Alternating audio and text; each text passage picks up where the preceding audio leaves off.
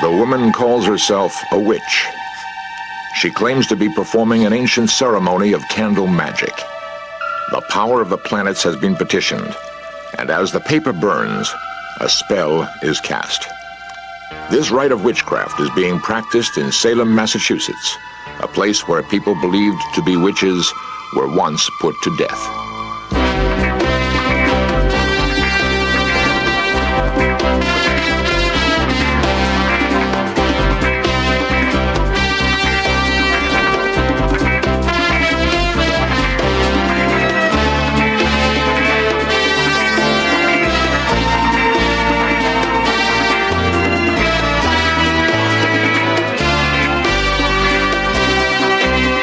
This series presents information based in part on theory and conjecture. The producer's purpose is to suggest some possible explanations, but not necessarily the only ones, to the mysteries we will examine. Salem, Massachusetts is richly endowed with history and culture. For most of us, it is still best known as the site of America's witch trials. The past has left a permanent mark, and Salem has come to embrace the witch, at least in some respects. The witch is the town's symbol, and also a constant reminder of a reign of fear and terror. The witchcraft hysteria of 1692 actually began here, in the neighboring city of Danvers. It was once called Salem Village. Dr. Linda Caporal is a social psychologist. She has studied the witchcraft hysteria that once swept over the people here. Recently, she visited the Historical Society in Danvers. In December of 1691, 8 girls were afflicted with what the Puritans called distempers. These were characterized by delusions of one sort or another, by severe convulsive fits, by odd gestures and disorderly speech. The girls were examined and judged to be possessed. Several months later, accusations of witchcraft were made, and these were taken quite seriously by the community, and we have the beginning of witchcraft trials. In an atmosphere full of frenzy, the girls told the court of numerous people who they felt were in league with the devil. In 1692, witchcraft was a capital offense. At the end of the Salem witchcraft trials, 20 people had died. Nearly all of the victims were hung here, on Salem's Gallows Hill, now an old and deserted playground. At the cemetery in Salem lie the bodies of some of the judges who presided at the trials.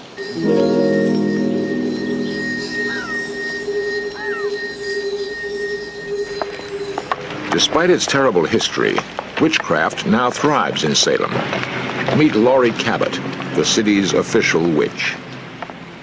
People commonly believe that witches are the exact definition of, that Webster's dictionary holds. And it says that a witch is an ugly old hag who cavorts with demons and devils, or makes a pact with the devil in blood. People also believe that witches probably drink blood and eat babies, and of course that's not true. The word witch comes from the words magus, magi, and the Greek word magi, which still means witch today. And the word witch, it means wise person, or seeker of knowledge, basically. In the center of Old Salem stands a shop called Crow's Haven Corner. It's a kind of sorcery boutique, which was opened by Laurie Cabot. It has become a popular gathering place for those who claim to be witches. Well, how's Joey doing? Very good, very good. Hi. Hi, how are you? Good. Listen, did that shipment of tarot cards come in? Yes, it did. It's in the back room. Okay, I'll go back. The shop has appealed to curious tourists, but it also stocks the herbs and potions that are needed by a witch. You sure you don't want a box? No, it's fine. I'll just take them the way he... Laurie's daughter, Jody, is an actively practicing witch. Okay, it has a wonderful scent, so if the person is someone that you know or would like to know in the area, it will, just by smelling the scent of the ribbon, it will attract. Laurie's younger daughter, Penny, will soon become a member of the coven. Welcome.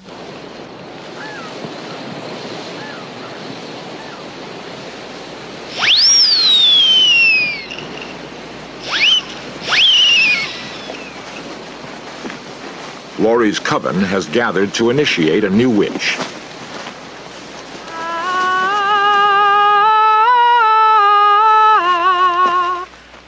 The initiate is Penny, Laurie's 16-year-old daughter. This rarely photographed ceremony is based on ancient rites. Today, it is an amalgam of many different practices gathered over the centuries and adapted to modern times.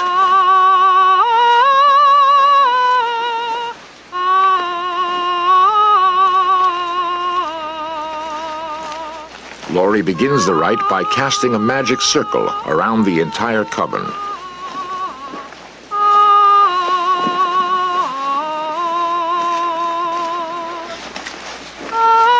Each witch is then anointed.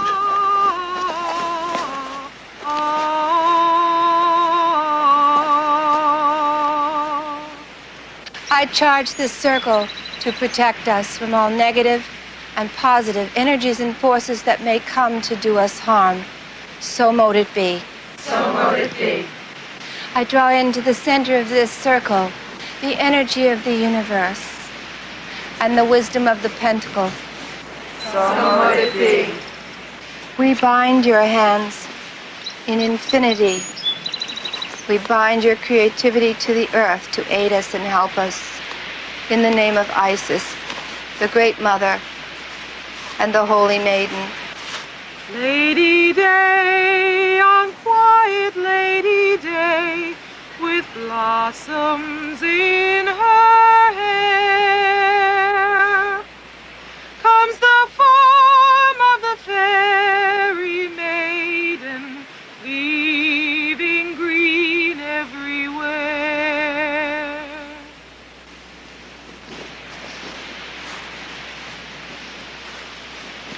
I charge you, Penny Cabot, witch. I give you the wisdom of the universe. We give you the responsibilities of creativity, fertility, and all wonderful and good things to the earth. So mote it be. By her mother's declaration, Penny Cabot has become a witch.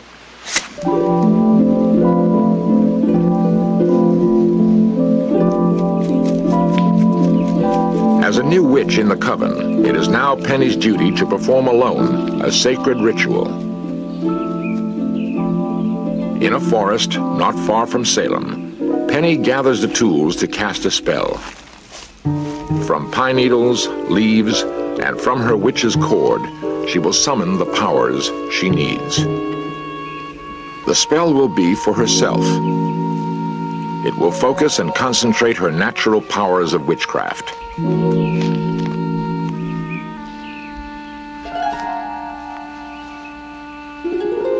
Her wand is a branch she has found. With it, she scribes a circle that she hopes will harness the Earth's natural powers to strengthen and protect her. Today, in Salem alone, at least 400 people call themselves witches. All are active and deeply committed. Being a witch to me means being more aware of your surroundings, being able to use more of your mind and make the life around you work more for you and to help other people. I became a witch because my goal in life is to raise my consciousness, and it's a tool to do that. I'm a witch because it'll better myself and the people and animals around me. I became a witch just by basically getting involved in all occult matters and wanting to know about other phases of consciousness, which I think is really important because we don't use enough of our brain capacity to begin with. The best thing about being a witch is being able to use the vibrations of material things to work for you in the environment. I can control my environment through correct thinking, through putting the correct thought into the atmosphere.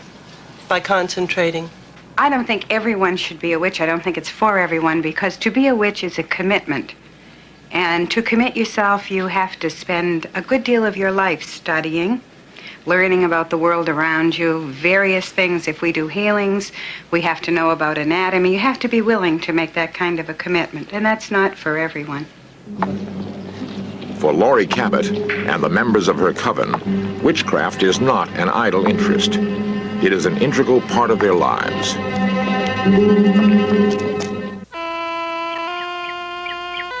At 6 a.m., most of Salem, Massachusetts is still asleep. For Laurie Cabot, it is the time when the day begins. For Laurie, witchcraft is not something dark and secret. It is power and a knowledge to be shared. She does so every morning for a Boston radio station. It's Laurie Cabot's daily Witch Report. So let's find out what's happening out there, cosmically speaking, with the Good Witch of the East, Ms. Laurie Cabot. Good morning, Laurie. It's Friday, June 20th. Good morning, everyone.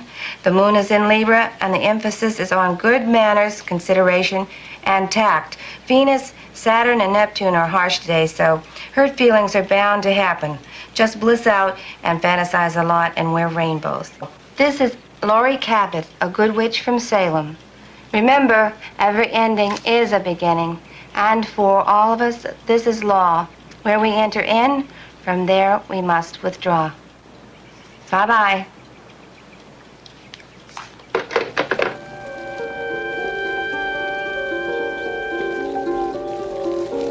Like most witches, Laurie believes she is expert at making potions of all kinds.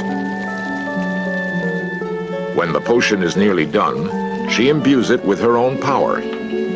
This potion is for protection and meant to be rubbed on the skin. I charge this potion to protect me from all negative and positive energies and forces that may come to do harm.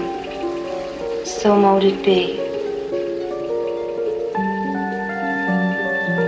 The potion is a pungent mixture containing sea salt, vervain, frankincense, myrrh, and wolf's hair. 3 times a week, Laurie travels to the nearby city of Marblehead. The purpose of her trip is not to practice witchcraft, but to teach it to interested students. Welcome to Witchcraft 2 class. This is the class that you're going to learn about witch tools. It's our most exciting class, of course. It's fun to learn about mixing potions and about magic wands that everyone thinks is so frivolous. Now, the magic wand varies extremely. This is sterling silver. It has the pentacle on the top. We have potions, and we know potions are organic perfumes, and we're going to learn how to make a potion for every sign in the zodiac. We're going to also learn how to make our own little spell kit. This is a healing spell. Orange for Mercury, that's to aid healing. In here is something very simple. This is sea salt, and this is going to prevent illness. What we're going to do is teach you the culmination of all these things so that you can put them together and actually perform or put a spell together and do your magic and use your energy and your power to heal or to change things, maybe change the weather. These are very important tools for you. June 21st for most of Salem marks the beginning of summer. For witches, it is a high holiday, a time for celebration and worship. It is the summer solstice. Laurie Cabot conducts a magic circle with her coven.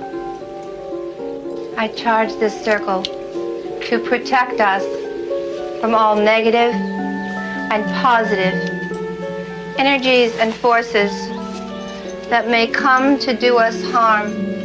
So mote it be. So mote it be. On the solstice, we draw in the energy of the sun and Jupiter into this place. We allow it to circulate in this circle. So mote it be. So mote it be.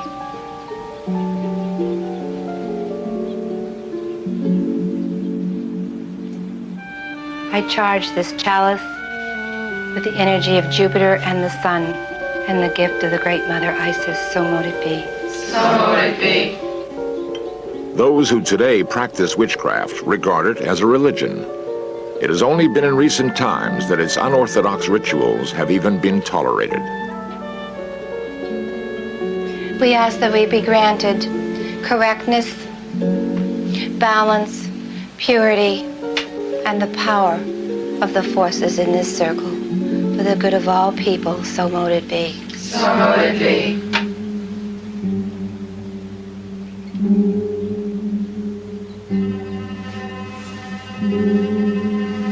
We now hold this energy within our bodies.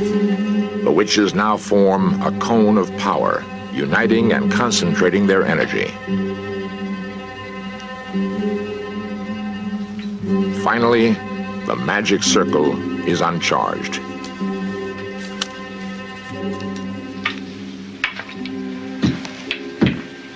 The circle is broken.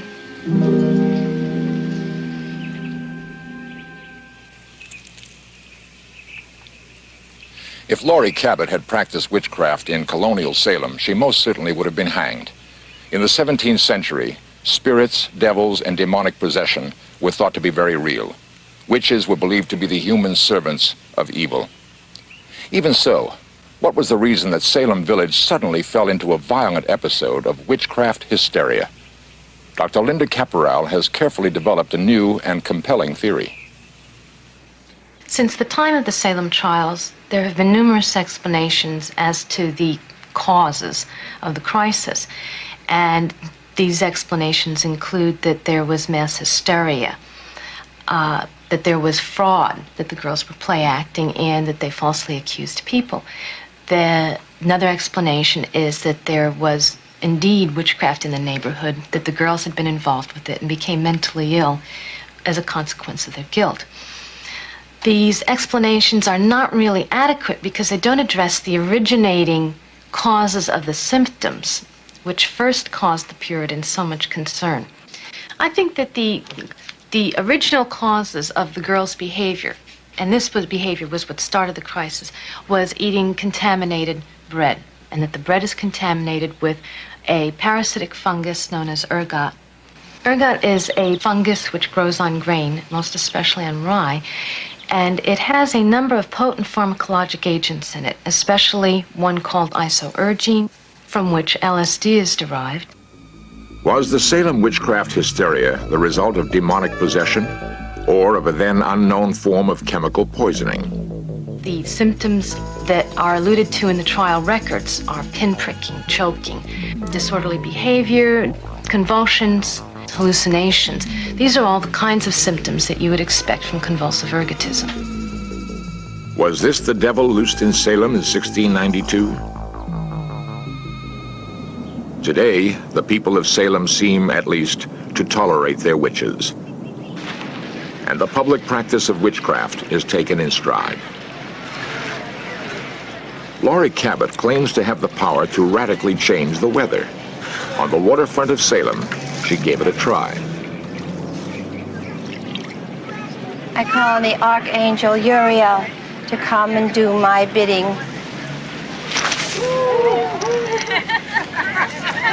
I call on the Archangel Gabriel to come and do my bidding.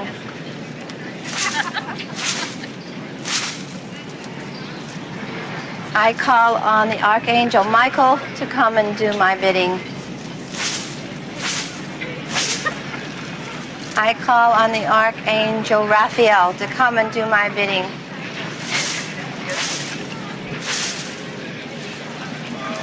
We ask that this be granted. The weather did change a little, but no one seemed to mind. I don't have any objections to witchcraft in Salem at all. I enjoy it. It's good for my business. I don't have any objection at all. I think if they want to practice witchcraft, they should be able to. I think it's great that they're doing their own thing.